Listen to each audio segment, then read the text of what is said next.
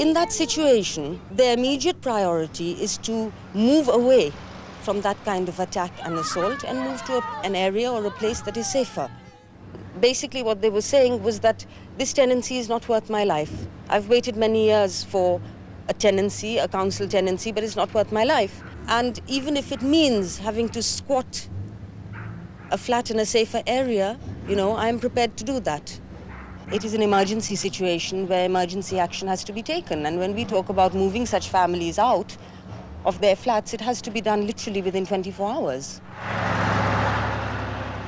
Asians have also found themselves in danger on their way to and from work. I think this well organized, somebody done it. The whole situation was very, very well organized. Almost a kind of paramilitary type of organization acted behind this whole attack. They waited until the workers came out of this brewery and they were systematically attacked very viciously. Here in Brick Lane, the centre of the Bengali community in the East End, attacks on Asians have been common. This Asian shopkeeper, who spent 3 years in a Japanese prisoner of war camp after fighting for Britain in the last war, describes the attack. It's happened, exactly 2 o'clock. They're running down the street approximately about 150 or 200 like these youths, all these skinheads, They're swearing, shouting, and throw these stones, break my all windows, and all of a sudden one is coming here. I break my teeth in here. There's the brick. Now we are frightened every Sunday, Because of these mounting attacks, the policing of Brick Lane has come under criticism from MPs, trade union leaders, as well as many local Asians. I don't accept that the credibility of the police with the Asian community at large has been dented this year. What in fact has happened is that some of the more vocal Asian leaders have put this point of view forward. The police have had to do a great deal to meet the needs of the Bangladeshi people, to adapt the service that we are giving. When they come to this country, they have many problems.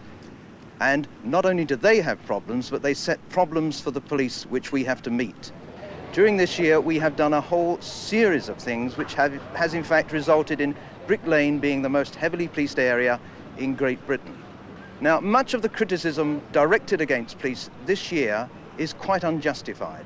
Sort of the political axe-grinding type of criticism that we don't care, that we're not trying. We're professionals, of course we're trying. It's a matter of pride to us. In the end of the day, we shall get this right. We learn from our mistakes, and we have, of course, made them, but we shall get it right in the long run.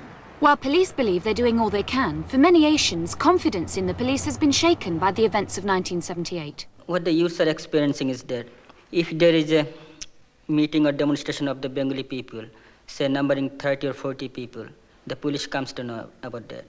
But few weeks before, when about 200 National Front people marched and smashed everything in Brick Lane, and we just wonder how come the police didn't know about that. And I don't believe it for a moment the police did not know about it.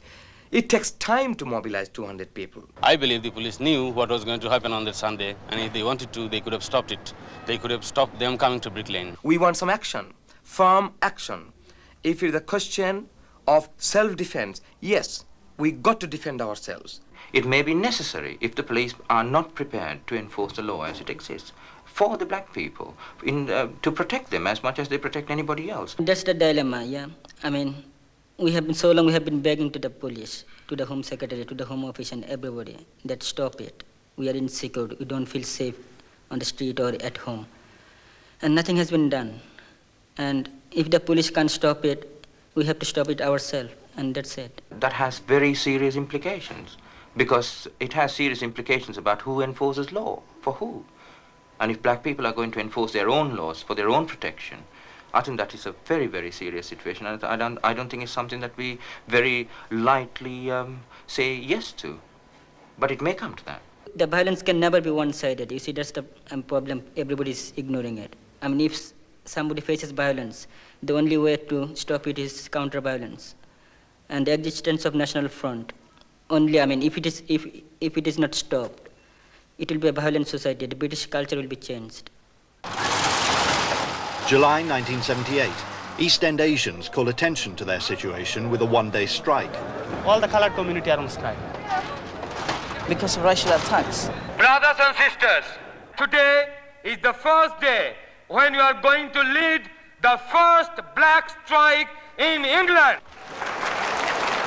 The strike was a community strike. It was not an industrial action. It was organized by the black workers in Hackney and Tower Hamlet in order to protest against the racist attack and the racist killing. We felt that our message has been going through to the government and the police. What you want to do is pick it here, leave 4 or 5 here, too many of them, all right? The principle, we know what you're doing, so about 5. So you pick your 5 and tell the others to move off, okay?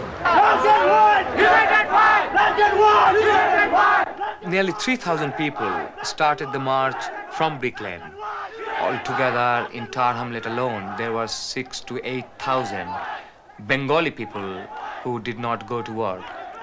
A white youth started shouting at us. It was the racist abuse that, like, you packy bastard and Police made no attempt to stop those people from throwing racist abuse, nor did they arrest them. And 2 or 3 Bengali young people, they got a bit uptight about it, but there was no sort of fight between them. But we were arrested. Our lads were arrested. And also a young white anti-racists were arrested. And we feel very unhappy about it. We felt the best course of action is to go and sit down in front of the police station in order to demonstrate our protest, and also to make the point that we will not leave until those 3 people are brought back by the police, so that we can all march together. And they said, does not matter how long, if it is until tomorrow morning, we will stay. I should say that altogether we were sitting there nearly 2 hours, 1.5 to 2 hours. The sit-down was a successful event in the sense that we asked for those people to be brought back to us by the police, and that was done.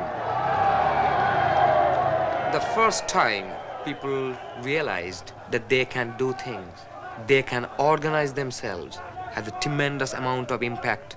Up until now, we have been seen as a kind of very weak group of people, but now we are coming up and we are trying to find our own confidence, and these are all very, very positive things.